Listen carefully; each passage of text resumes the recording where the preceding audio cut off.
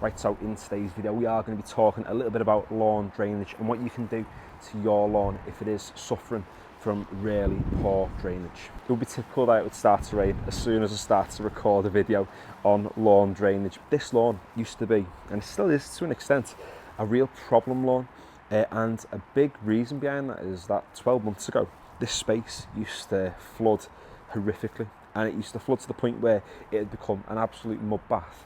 The roots of the grass plants would rot, and if anyone saw my videos earlier on this spring, coming towards like the back end of the winter, you know, the space was just horrendous. We had like a tiny patch of grass in the middle and the rest of it was just soil. So the question should be, why was that? Firstly, this lawn used to just be like a solid block of clay, and the issue with clay is that once it becomes saturated, it becomes really hard for water to pass through it. It really struggles to actually percolate through that soil profile. Another reason is because of all these borders that run around the outside of the lawn. Bordering your lawn can look really nice, but marry that with clay soil, the problem it kind of gives you is it means that the water really doesn't have anywhere to go. If it can't escape through the sides, the only choice it has is to go down. Now, if you've got really free draining soil, like a really sandy soil, that isn't too much of a problem. However, like I said, if you've got really heavy clay soil, that water really can't percolate through. If it can't get out sideways, it has to go down through that clay, which means that even if you put a decent layer of topsoil on, like I've done to this space, if there's a clay table sitting below that,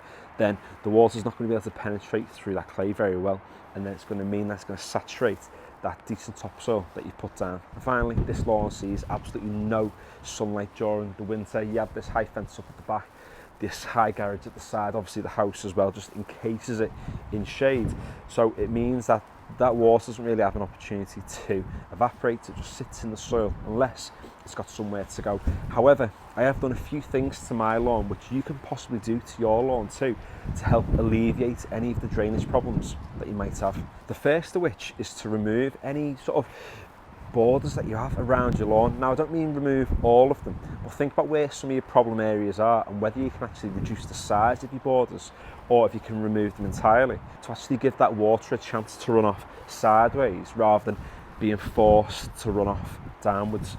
And I've done that exact thing on this side of the lawn. Please excuse the mess, by the way. This is being filmed 1 week after Storm Dara, so the garden's not looking in the best of states. But you see on this side already, the lawn's already starting to suffer. It's already starting to thin out, and it's because it gets the least amount of sun all year round. But also, with it being so saturated on this side in the past, it's not really, the water's not really had anywhere to go. So what I did do back in March was I dug down on this space around about 6 to 8 inches.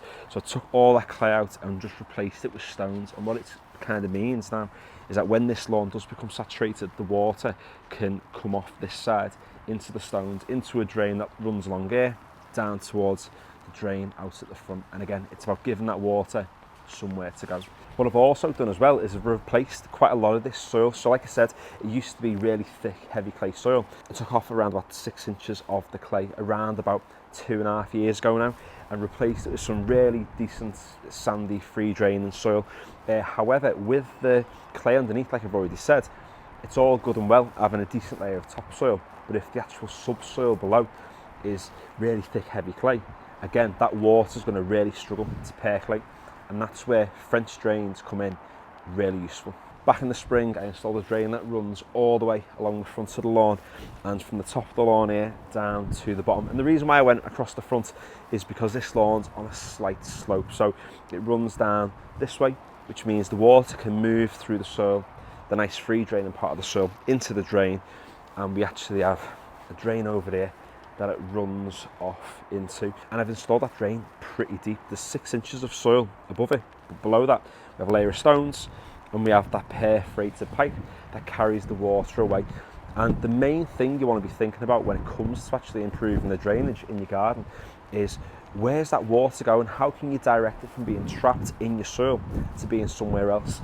With us having that clay table below this decent topsoil that I'm stood on top of now, once it gets to that clay table, it's only going to fill up unless there's somewhere for it to actually escape to. So now that we have that drain, it can run through the soil profile into that massive void, taking it away into the drain, down at the bottom, alleviating some of the pressure on this lawn. And you really don't have to get fancy with it. You can literally just chuck some stones down into a trench, cover it with topsoil, a decent layer, mind you, and that's going to go a long way to just improving the drainage overall on your space. I will leave links in the description to the videos where we've undertaken all these different projects. And it's not just the lawn either, there is actually a drain running through these stones here which alleviates the flooding that used to take place on this patio. This space used to have around about a centimetre's worth of water, maybe 1.5 centimetres. That would always flood every time it rained, even if it was only just like a light rain. It would be absolutely awful. So having that drain at the front and having the one through the lawn just means now that this space that I'm stood on top of, it's like mid to late December at time of recording, and it's not even boggy under my feet. The ground is actually still fairly firm. So what you can do to actually check if you've got a drainage problem on your lawn is do a really quick percolation test, and that's just to see how fast water moves through your soil profile. So I'm using an aerator to do this today. You don't have to use an aerator, you just get a knife, cut a small hole into your lawn and just remove a small core of soil. So if I just take out a few cores there, if I bring you in now, you can just see that I've taken 3 solid cores out the lawn. So we have a nice hole here, about the width of a finger through each of them. And what I'm going to do is I'm going to pour water into each of the holes, and we'll time how long it takes for the actual water to soak straight through the soil profile. So there we go, make sure the holes are nice and visible through the lawn. All I'm going to do is just fill up each of the holes right to the top and just observe what happens. So if you've got really good free draining soil, what you're going to notice is that the actual water is going to soak into the soil really quickly because it's obviously running away really well. That's probably going to mean that you've got fairly sandy soil because that water is able to escape. If you've got really saturated clay soil or just saturated soil in general, what you will sort of notice is that the water's not going to go anywhere. It's just going to kind of sit in the hole. You're not going to see it moving down whatsoever. You can see the water level on this one has really started to reduce. Over on this side you can see that both of these are still fairly high, but they are draining ever so slowly. And that just shows you that even in a small space like this, you are going to see kind of differences in how well the water percolates, because soil biology is far more complex than we kind of give it credit for at times.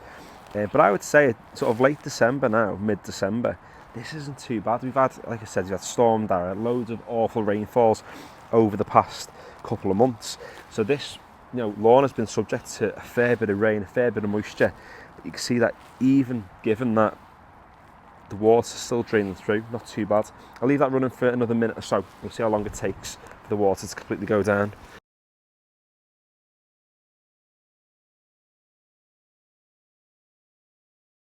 So you can see there, for the most part now, all the water's drained through this one. There's still a tiny bit left in those two, but not a lot whatsoever. And what is really important is that you do this process in different spaces across your lawn. So what you do want to identify is which spaces are draining the best, which ones are draining the worst, and then you can decide as to what your plan needs to be. Do you need to install a drain across your lawn? Do you need to replace some of the soil too?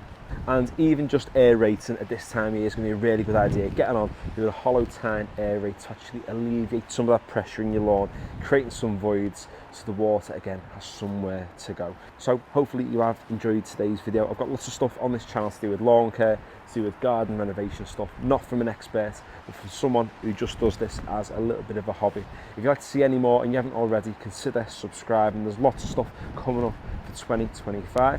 And yeah, on that note, cheers and thanks for watching.